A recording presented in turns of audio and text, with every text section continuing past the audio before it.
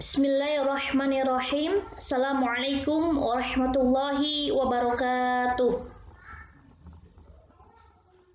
Bagaimana ini kabar teman-teman mahasiswa tasawuf psikoterapi semester 6? Mudah-mudahan selalu dalam keadaan sehat walafiat dan dilindungi oleh Allah Subhanahu wa taala dimanapun teman-teman berada. Amin ya rabbal alamin. Teman-teman, alhamdulillah pada kesempatan kali ini kita bisa melanjutkan perkuliahan meskipun secara online. Mudah-mudahan tidak mengurangi giroh atau semangat teman-teman untuk terus mencari ilmu dan mengupgrade kompetensi atau potensi yang dimiliki oleh teman-teman. Oke, baik teman-teman, ini ketemu saya di mata kuliah yang berbeda ya. Ini Sufi Hijamah. Ini mata kuliah yang sudah menjurus pada keprodian ya. Jadi sebagai mahasiswa tasawuf psikoterapi di IAIN Kudus, ini adalah mata kuliah skill ya atau keterampilan ya.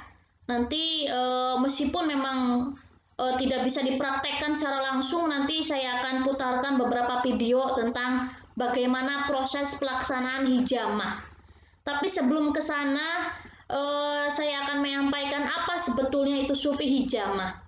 Baik, untuk mengefisienkan waktu, mari kita awali perkuliahan hari ini dengan membaca suratul Fatihah. Ala hadhihi niyyah bisirril Fatihah. A'udzu billahi minasyaitonir rajim. Bismillahirrahmanirrahim. Alhamdulillahirabbil alamin arrahmanir rahim. Maliki yaumiddin. Iyyaka na'budu wa iyyaka nasta'in. Ihdinas siratal mustaqim. Siratal ladzina an'amta 'alaihim ghairil maghdubi 'alaihim waladdallin. Amin. Amin ya rabbal alamin. Baik teman-teman, apa sih sebenarnya Sufi Hijamah? Ya. Apa itu Sufi Hijamah? Sufi Hijamah itu kalau sufinya itu kan berarti sufi ya. Jadi hijamah nanti kita akan fokusnya di hijamahnya. Ada yang bilang Sufi Hijamah itu bekam ya Bu? Ya. Ya nanti memang seperti itu ya, nanti ke arah situ. Meskipun nanti ada perbedaan antara bekam yang sudah digunakan oleh ini ya, yang asalnya dari Cina dengan bekam yang memang betul-betul dari Islam ya. Nanti prosesnya juga berbeda. Nanti kita pelajari ya, ini yang dasarnya dulu tentang apa itu Sufi Hijamah. Al-Hijamah berasal dari bahasa Arab al-hijmu yang artinya mengisap atau menyedot. Sementara al-mihjam atau al-mihjamah adalah alat yang dipakai untuk menampung atau menghimpun darah. Alatnya itu namanya mihjamah atau mihjam ya. Kalau al-hijamah, al-hijmu itu artinya mengisap atau menyedot. Nah, bagaimana sekarang dalam istilahnya ya? Dalam istilah bahasa Arab, al-hijamah adalah proses menyedot kulit yang kemudian ditampung dalam gelas mihjamah atau cup ya. Oke, itu. Jadi Sufi Hijamah itu adalah praktek mengobati ya ala Sufi ya, Tibu Nabawi. Praktek mengobati seseorang dengan menyedot darah ya, menyedot darah yang itu termasuk pengobatan Sufi atau Tibu Nabawi ya, itu ya. Nah, proses Sufi Hijamah. Al-Hijamah merupakan proses pengeluaran darah yang didahului oleh proses penyedotan permukaan kulit sampai terjadi pakung, kemudian diikuti dengan penyayatan, syaratoh, dilanjutkan dengan penyedotan kedua dan pengeluaran darah. Ini contohnya teman-teman. Nah ini ya, contoh dari proses hijamah. Jadi yang pertama itu yang sebelah, kalau dari sini dari sebelah kiri ya, dari kiri saya itu disedot dulu ya, sampai terjadi vakum. Vakum itu seperti itu ya. Tuh udah kelihatan kayak ada embun kayak gitunya. Terus juga kulitnya juga udah keluar seperti agak menonjol keluar gitu ya. Setelah itu baru dilakukan penyayatan ya. Ini harusnya orang-orang ahli ya yang tahu medis juga. Titik-titiknya juga ini harus hati-hati. Kalau tidak hati-hati ya nanti malpraktek nanti ya teman-teman. Makanya untuk bisa orang legal itu apa ya? Legal itu ya sah ya. Sah itu harus ada legacy, harus ada kewenangan bahwa orang ini sudah terampil dalam membekam. Itu nanti ada sertifikat keahliannya. Jadi saya juga ya belum ini nih, belum punya sertifikat ke bekamnya. Jadi sama-sama belajar di sini ya teman-teman ya. Saya hanya menyampaikan teori-teorinya, nanti untuk prakteknya kita lihat video orang sedang membekam gitu ya. Seperti itu. Atau kalau ada rezeki ya nanti kita undang ya, undang orang yang bisa bekam. Ini undang orangnya itu lumayan besar biayanya ya teman-teman ya. Kemarin saya tanya itu hampir 1,5 ya untuk mengadakan seminar ini ya, praktek bekam itu. Nah itu teman-teman, selanjutnya dikeluarkan, tadi disayat dulu ya, baru disedot lagi penyedot kedua sampai keluar darah itu jadi ya. Ini namanya terapi bekam basah ya. Nanti kita akan belajar macam-macam bekam juga ya, atau hijamah. Ada hijamah yang kering dan basah. Nah kalau tidak dikeluarkan darah itu namanya basah kering, tapi kalau dikeluarkan sampai darahnya keluar itu namanya hijamah basah ya, karena tadi mengeluarkan darah itu. Kalau tidak dikeluarkan darahnya berarti namanya hijamah kering. Kalau dikeluarkan darahnya berarti hijamah basah. Itu aja ya, yang ringannya dulu. Nah, sekarang manfaat sufi hijamah itu apa sih, Bu? Manfaatnya yang pertama ya, mengeluarkan darah kotor. Ini referensi yang saya baca itu dari Dr. Wada ya. Nanti ada di sini saya sampaikan. Nah, kata beliau itu mengeluarkan darah kotor ya. Yang kedua, menyembuhkan penyakit seperti hipertensi ya, tekanan darah tinggi, jantung dan lainnya. Yang ketiga, meningkatkan imunitas. Ini penting sekali, apalagi di zaman seperti ini ya, di zaman COVID maksud saya, itu imunitas kita harus tetap terjaga. Ini katanya salah satu manfaat atau fungsi dari sufi hijamah itu meningkatkan imunitas. Yang terakhir, menyehatkan tubuh ya, sehingga tubuh tidak mudah terserang penyakit gitu ya. Mudah-mudahan kita selalu sehat, oke? Itu selanjutnya, mengapa sih Bu harus dengan sufi hijamah? Kenapa harus dengan sufi hijamah? Karena ada landasan hadisnya ya. Saya bacakan di sini. Bismillahirrahmanirrahim. Likulli da'in dawaun. Fa idza usiba dawa'ud da'i bara bi idznillah azza wa jalla. Artinya, setiap penyakit itu ada obatnya. Apabila obat sesuai dengan penyakit, maka ia akan sembuh dengan izin Allah Subhanahu wa Ta'ala. Jadi, kalau teman-teman sakit atau tadi juga ingin preventif menjaga kesehatan, ya harus diupayakan, itu ya. Dan esensi dari penyembuhan kesehatan kita itu kan sebenarnya dari siapa? Dari Allah. Makanya ini salah satu media saja sebetulnya. Jadi bukan berarti sufi hijamah yang betul dan yang salah, tidak ya. Ini saya mengantarkan bahwa di belakang atau di balik ya, atau di antara pengobatan-pengobatan itu ada yang hijamah ya. Hijamah itu ya pengobatan sebenarnya ini tradisional juga ya teman-teman, tapi alat-alatnya sekarang sudah modern karena pakai cup apa ya, kalau dulu pakai tanduk sapi apa gitu ya. Kalau sekarang udah modern sebetulnya hijamah juga ya. Tapi tadi ada orang yang maksudnya dia mau dibekam, tapi ada juga enggak deh saya minum obat aja ya nggak apa-apa. Dua-duanya ya boleh kan, seperti itu. Karena sesungguhnya manusia itu wajibnya ikhtiar. Ikhtiar itu usaha. Kalau udah sakit ya jangan pasrah, jangan putus asa, harus segera cari obatnya. Nah kata Allah, kalau penyakit itu sesuai dengan obatnya, maka akan Allah sembuhkan. Ya.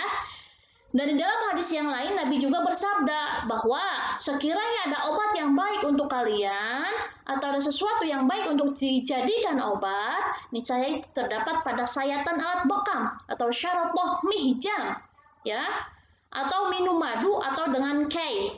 Tetapi saya tidak menyukai kay, kata Nabi. Kay itu ini ya, besi yang dipanaskan kemudian tempelkan ke badan kita, zat itu ya, memang sakit ya.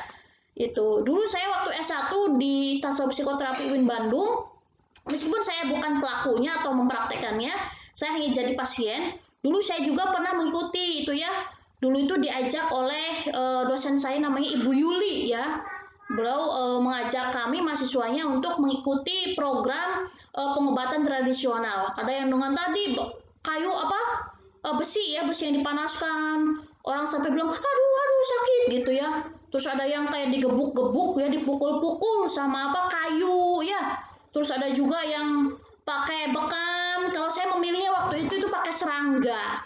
Jadi si serangga ditempelin ke ke kepala saya itu sampai 3 hari 3 malam itu saya panas dingin teman-teman ya. Terus juga waktu di kampus juga Bu Yuli dulu pernah mengundang ada orang yang bisa mengobati dengan alternatif pakai lintah ya.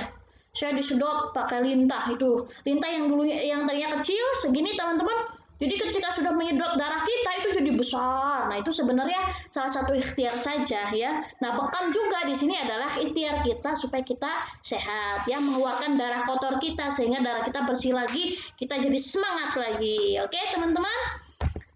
Selanjutnya, Bu, maksud dari mata kuliah Sufi Hijamah itu apa ya? Ini saya dalam RPS sudah dijelaskan ya, sudah saya tulis bahwa pada mata kuliah ini mahasiswa belajar mengenai konsep. Nah, itu belajar mengenai konsep dan tujuan terapi hijamah. Serta mahasiswa ini mampu menjelaskan dan memahami titik-titik yang harus diterapi dengan terapi hijamah, ya.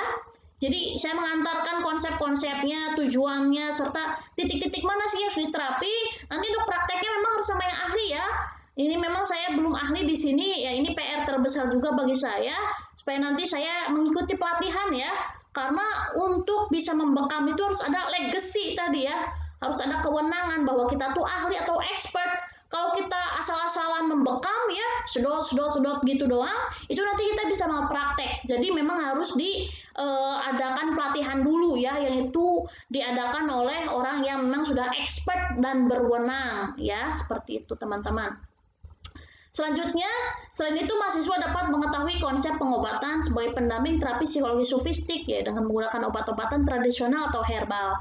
Nanti di sini juga selain sufi hijamahnya, apa saja sih obat-obat herbal yang bisa mengobati seseorang dari apa ya? Dari sakitnya gitu. Jadi kita akan belajar tibun nabawi atau pengobatan ala nabi ya. Tibun itu kan obat. Tibun nabawi itu berarti pengobatan ala nabi ya. Nanti kita mungkin belajar tentang ini juga ya, obat-obat herbal itu misal ada apa ya, ada obat-obat herbal itu apa teman-teman taunya apa ya? Saya itu madu ya, terus selain itu juga ada apa sih obat yang dimasukin ke kapsul itu apa ya namanya ya, itu tuh obat yang dari jintan hitam gitu ya. Oh, habatus sauda itu ya teman-teman. Habatus sauda nanti kita apa sih fungsinya gitu ya. Karena dulu saya waktu jadi mahasiswa juga saya sering itu konsumsi madu, konsumsi habatus sauda itu memang seperti ada stamina ya. Yaitu ada keajaiban apa dari obat-obat tradisional itu ya atau herbal itu. Oke, mata kuliah ini membahas tadi ya tentang bekam atau hijamah, sejarah hijamah, jenis-jenis bekam ya. Nanti sebenarnya ada perbedaan juga nih antara bekam dengan hijamah ya. Selanjutnya juga kita akan mengenalkan herbalogi, obat herbal, pengobatan nabi atau tibun nabawi. Oke itu ya teman-teman. Referensinya ini yang sedang saya baca itu di sini ada Dr. Wada A. Umar. Bekam medik hijamah dalam perspektif kedokteran modern, prosedur bekam sayat sesuai standar tindakan medis. Karena memang tadi ya banyak orang yang habis dibekam itu ya tadi keluhannya beda-beda. Kalau malpraktek itu bahaya juga teman-teman ya, bisa iritasi kulit, bisa nanti darahnya nggak mau berhenti ya, itu nanti memang harus sama ahlinya. Saya bilang tadi seperti itu ya. Oke itu teman-teman, sama nanti tadi ya obat herbalisme itu ada Ahmad Hussein ya, nanti saya mau masukkan ke sini referensinya. Itu Ahmad Hussein Salim itu ada beberapa bukunya ya yang beliau tulis tentang obat herbal itu. Nanti insya Allah kita akan mengkaji atau belajar bersama-sama. Teman-teman harus semangat makanya ya. Oke selanjutnya media pembelajarannya apa Bu? PowerPoint, video yang diunggah ke YouTube, media WhatsApp untuk interaksi dan komunikasi. Ini harus rajin teman-teman, semester 6 nih, udah semester 6 ya. Yang keempat, tugas perkuliahan mahasiswa ya membuat makalah atau artikel. Nah, nanti mungkin searching ya manfaat obat ini. Nah, itu nanti dibuatkan makalah ya. Yang kelima, tapi nggak akan saya sampaikan dari sekarang, nanti by proses saja itu ya perkuliahan. Kita pahami step by step aja. Yang kelima, tugas menganalisis video orang yang sedang dibekam. Titik mana saja yang dibekam dan bagaimana manfaat setelah dibekam. Itu nanti analisis videonya ya. Kontrak kuliah, aspek penilaiannya ya saya meliputi sikap, UTS, UAS, dan juga nanti tugasnya. Aspek perkuliahan ya meliputi ada 3 ya. perencanaan kuliah, mahasiswa harus memahami RPS ya dan kontrak kuliah. Yang kedua, proses pelaksanaan, mahasiswa harus rajin, disiplin, aktif, dan juga sopan. Saat evaluasi perkuliahan, mahasiswa harus mengerjakan tugasnya, yaitu tugas UTS dan UAS-nya. Jangan sampai ditinggalkan ya teman-teman. Semester 6 ini harus menjaga semangat, karena biasanya sudah burn out kalau dalam bahasa psikologi itu. Burn out itu sudah bosan sebenarnya ya. Tuh belajar lagi, apalagi nih online lagi ya. Kalau mata kuliahnya pagi atau ini udah malas-malesan gitu ya. Tapi jangan seperti itu ya teman-teman ya. Saya juga di sini masih semangat soalnya mendampingi teman-teman. Oke? Teman-teman, itu saja yang bisa saya sampaikan. Thank you and keep fighting teman-teman. Ditutup bila taufiq hidayah, wassalamualaikum warahmatullahi wabarakatuh.